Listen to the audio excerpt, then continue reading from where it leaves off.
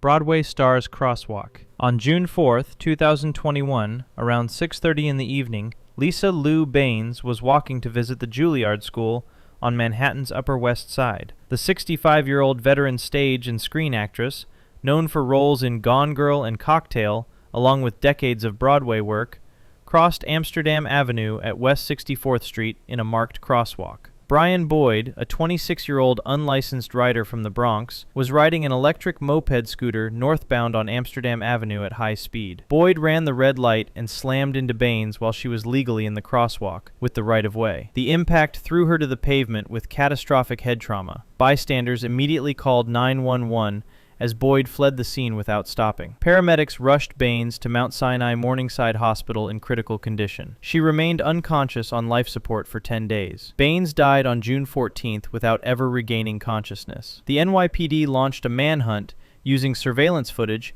and arrested Boyd 2 months later in August. Boyd initially lied to police but later pled guilty to manslaughter and leaving the scene of an accident. A Manhattan judge sentenced Boyd to 1 to 3 years in prison in November 2022, with District Attorney Alvin Bragg calling it a message that reckless electric scooter riders who kill pedestrians and flee will face serious consequences. UK YouTubers Roundabout. On July 12, 2019, shortly after 8:30 on a Friday morning, Emily Hartridge was riding her privately owned electric scooter on Queenstown Road in Battersea, South London. The 35-year-old TV presenter and YouTube personality, with 354,000 subscribers, was heading to a fertility clinic appointment for ongoing hormone treatment. She had been documenting her experience freezing embryos for future use. Hartridge entered the busy Queen's Circus roundabout during the morning commute rush. Her scooter hit a raised inspector hatch cover in the cycle lane, causing her to lose control. She was thrown from the scooter directly into the path of a large turning lorry. The heavy goods vehicle driver was unable to stop, and the truck ran over Hartridge. Emergency services arrived within minutes after horrified witnesses called for help. London Ambulance Service paramedics pronounced her dead at the scene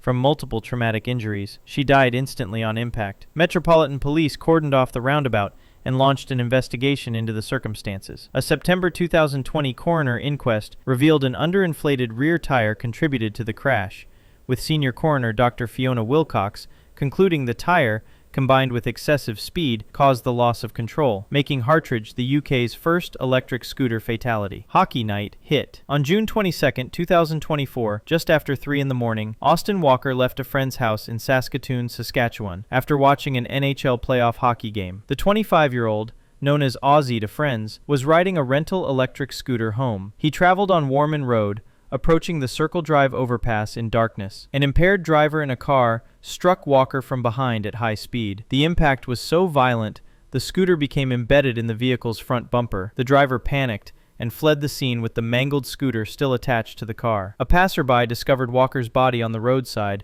and called 911. Saskatoon police arrived and pronounced Walker dead at the scene. Police tracked down the driver hours later, with the scooter still lodged in the bumper. The driver was arrested and charged with impaired driving causing death and leaving the scene of an accident. A months-long investigation and legal process followed. The driver pled guilty in June 2025 and was sentenced the following month to 2 years in prison, plus a 5-year driving ban, while Walker's father Chet and the hockey community kept his memory alive through tributes. Dragged under bus. On July 17, 2019, around 10:30 at night, William Alexander attended an Atlanta United soccer match at Mercedes-Benz Stadium. The 37-year-old father of 2 left the stadium and rented a bird scooter to return home. He rode southbound on West Peachtree Street in Midtown alongside a Cobb Link bus. Both the scooter and bus traveled in the right lane, approaching the 15th Street intersection. The bus began executing a right turn onto 15th Street. Alexander and his scooter collided with the turning bus in the driver's blind spot. He fell from the scooter directly in front of the rear wheels. The bus dragged Alexander underneath the vehicle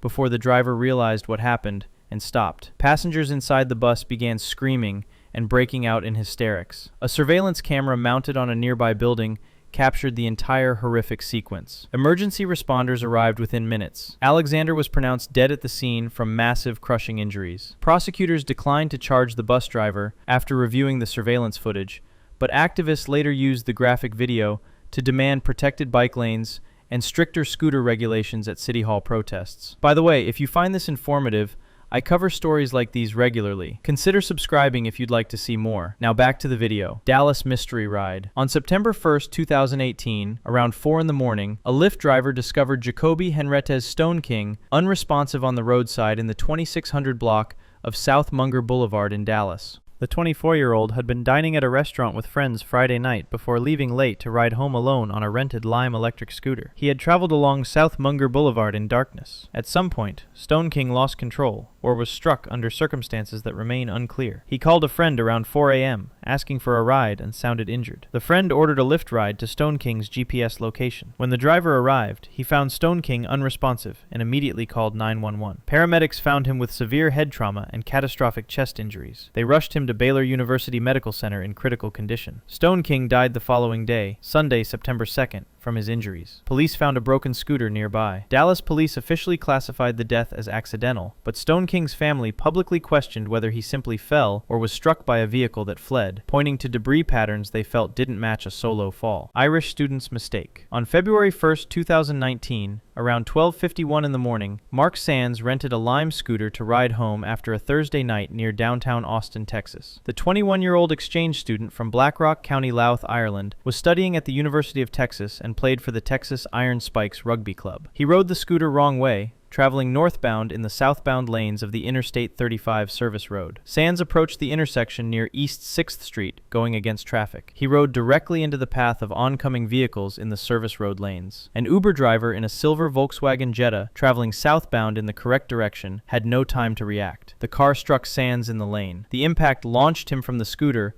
onto the pavement with severe head injuries. Bystanders immediately called 911, and paramedics arrived quickly. They transported Sands to Del Seaton Medical Center in critical condition. He remained on life support for more than 24 hours. Sands was pronounced dead Saturday, February 2nd at 2:30 in the afternoon.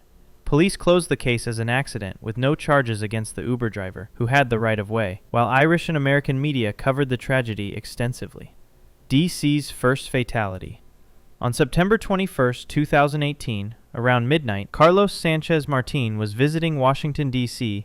as a young tourist from Spain. The 20-year-old rented a Lime scooter to travel through the Northwest D.C. neighborhood late Thursday night. He rode in the DuPont Circle area, a busy nightlife district with heavy vehicle traffic. Sanchez Martin entered the notorious traffic circle, mixing with cars and larger vehicles. An SUV driver heading in the same direction in an adjacent traffic lane struck him.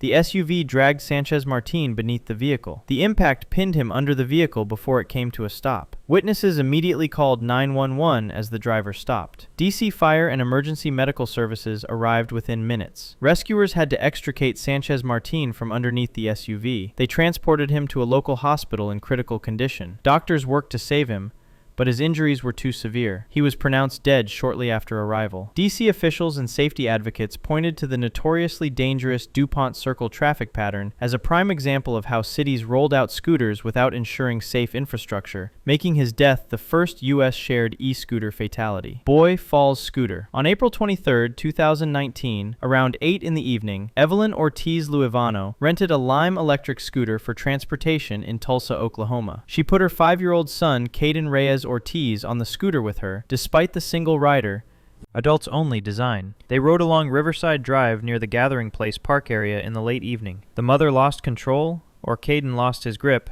and slipped off the moving scooter. The boy fell directly into the roadway in front of oncoming traffic. A car driver was unable to stop and struck Caden immediately. The driver stopped and called 911. The mother was also injured, but not critically. Paramedics rushed the boy to St. Francis Hospital in Tulsa. Doctors worked urgently, but his injuries were catastrophic. Caden was pronounced dead at the hospital from the trauma. Police investigation determined the mother's negligence caused the death. Tulsa police charged Evelyn Ortiz Luevano with negligent homicide and child neglect, but she fled to Mexico before prosecution. The tragedy sparked nationwide warnings about children riding scooters designed for single adult riders, while Lime faced intense scrutiny over enforcement of age restrictions. Teen struck truck. On November 20th, 2019, around 8:05 in the evening, Nelson Miranda Gomez rented a Lime electric scooter for a Wednesday evening ride in Elizabeth, New Jersey. The 16-year-old Hillcrest Academy student rode on the shoulder of Elizabeth Avenue, traveling with the flow of traffic. A tow truck was traveling in the same direction on Elizabeth Avenue. The truck driver began a right turn from Elizabeth Avenue onto South Spring Street. The tow truck struck Gomez during the turn as he rode on the shoulder. The impact threw the teenager from his scooter onto the street. Bystanders immediately called 911. Paramedics arrived quickly and rushed Gomez to an area hospital in critical condition. Doctors were unable to save him. He was pronounced dead shortly after arrival. Elizabeth police investigated the incident. The truck driver stopped at the scene and cooperated fully with investigators. Surveillance video later showed Gomez riding properly with traffic when struck. No charges were filed against the truck driver, and officials ruled it a tragic accident.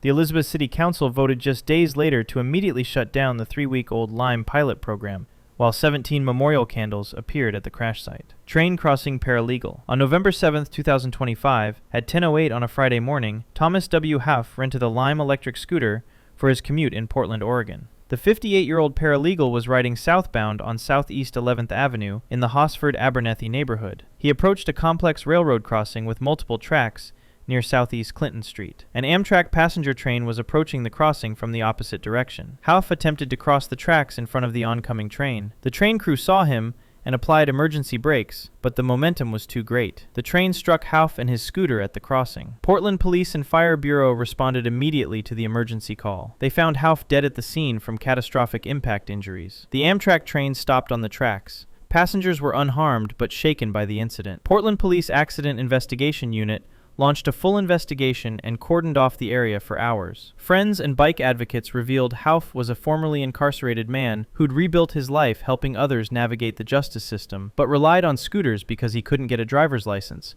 turning the crossing death into a Portland Vision Zero flashpoint about rail infrastructure and transportation equity. If this was informative, consider subscribing so you don't miss future content. Thanks for watching.